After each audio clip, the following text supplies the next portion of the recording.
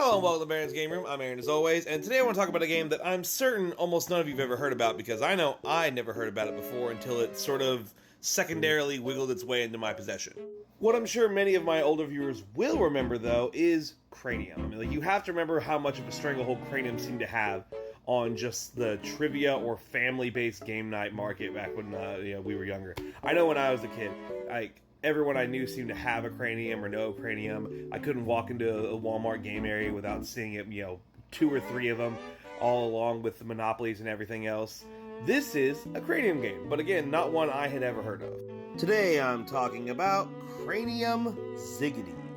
Zigity comes in this tin here, and I accidentally got this. I can't remember what else I was buying. I was buying some other game, and this was just included with it, for free, a used copy of both games, and actually quite fun. So the brief summary of Zigity is basically it combines Uno with the sort of learning aspects of Cranium.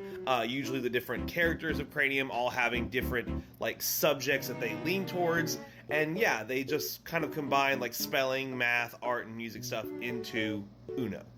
The game uses these plastic see-through cards, which are pretty cool, and there's basically the four main types of cards. There's wild, and there's these action cards. Now you'll notice on all these other ones, you have a picture in the center, and then you have these four colored circles, or almost circles, along the outside of each of them. Basically how it works is every card can be used for any activity, and the thing in the middle is what determines which one you have to do on your turn. Let's try and make that make more sense.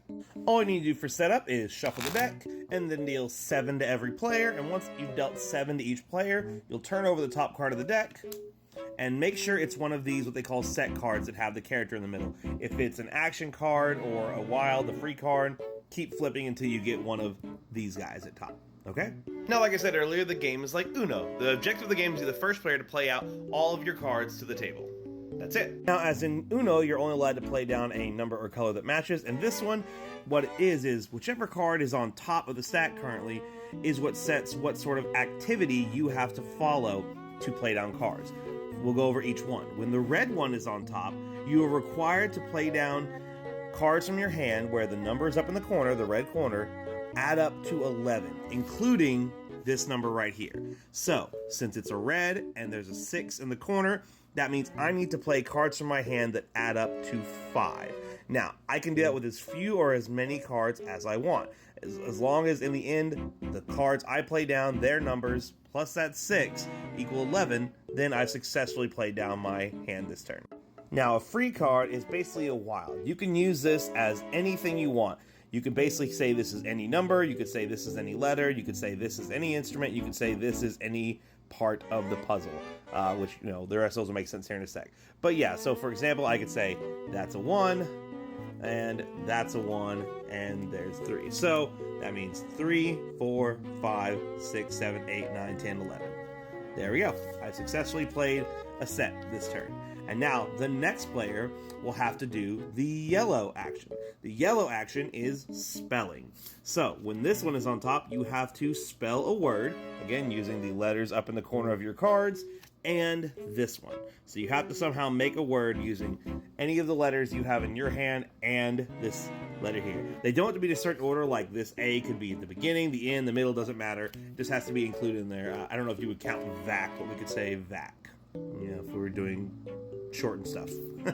Whenever you make a set, you can decide which one of those cards ends up on top of the stack to determine what the opponent, your next player, has to do. So just because I kind of played them down in a certain order, or like vacuum, or if I was doing that one, just because V is like the first letter or C is the last letter, that's not required for those to be on top or anything.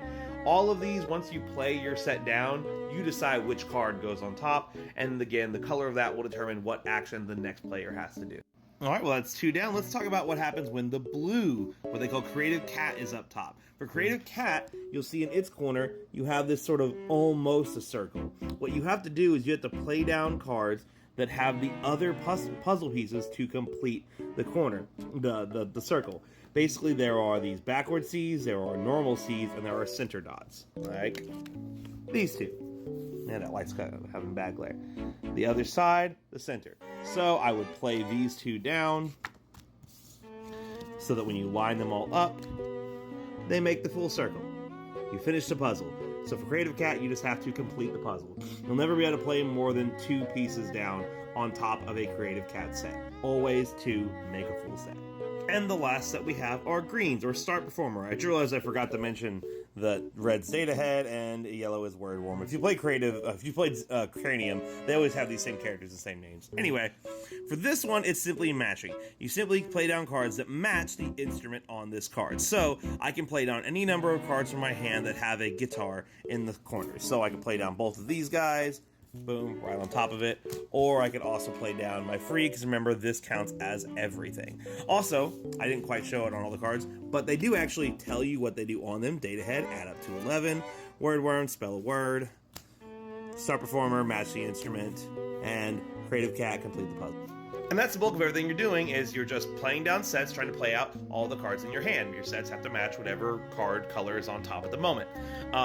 If for some reason you ever can't play down stuff, you don't have stuff that adds up to 11, you can't make any words, you don't have any matching instruments or the right puzzle pieces, whatever, then you will simply draw a card and end your turn. That's it. The only thing left to go over are the action cards. You can play these down at any time and during your turn. You can't play them outside of turn, but during your turn you can play these down instead of playing down a set. So you can play them down whatever you want, although they're often best to kind of save towards the end, since you don't have to play down certain cards with these. You know, oh no, I don't have anything that adds up to 11. I guess I'll just make you draw 3 then.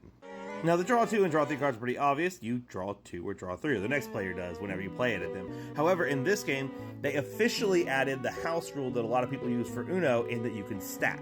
So, if I play a draw 3 and my opponent to my left decides to play a draw 2, then that stacks, and the player to their left now has to draw 5 cards, unless they have another draw card to add onto it. And this just keeps stacking until somebody gets stuck drawing those cards. But part of this is where these 2 guys can come in. So we'll talk about dodge first. The dodge card can be used to avoid drawing cards. Now, you can play this as a sort of a holdout on your normal turn. If it gets to me and I can't play a set, I can just play a dodge and not have to draw a card this turn. That works totally fine.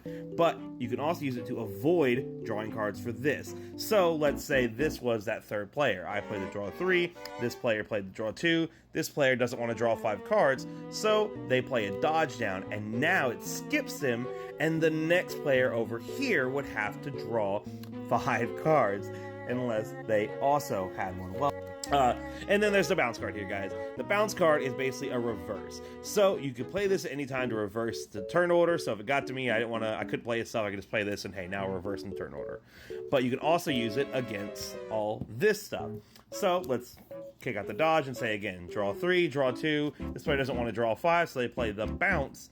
And now the turn order is reversed as well as the drawing. So now it's back to this player to have to draw 5 cards. And one last thing, if at any point, you should try and avoid getting the freeze on top if you can, but if at any point the top of the stack is a free card, or it's one of the action cards that were just played, anytime those are on the top of the stack and it's the start of your turn, you just turn over the top card of the deck until you have another regular standard like action card on top, you know, the red, yellow, blue, or green.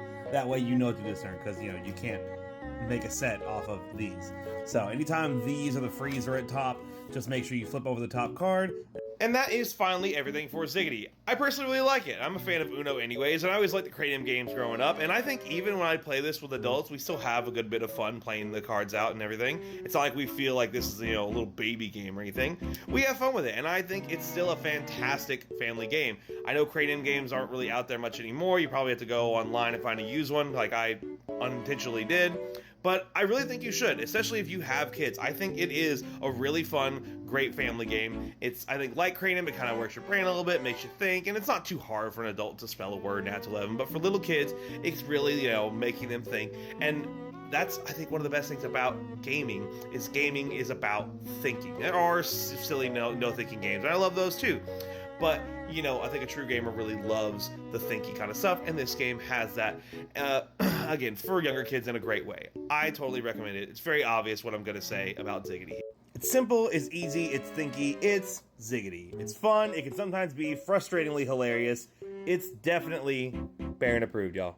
Hey, before you go, if you played any Cranium games, why don't you let me know what your favorite one is? Zigity is the only one I have around now, but growing up, I think it was like WoW or something like that. It was like a black box when they marketed it towards like adults or whatever kind of. That was my favorite one. What was yours? Let me know in the comments, guys.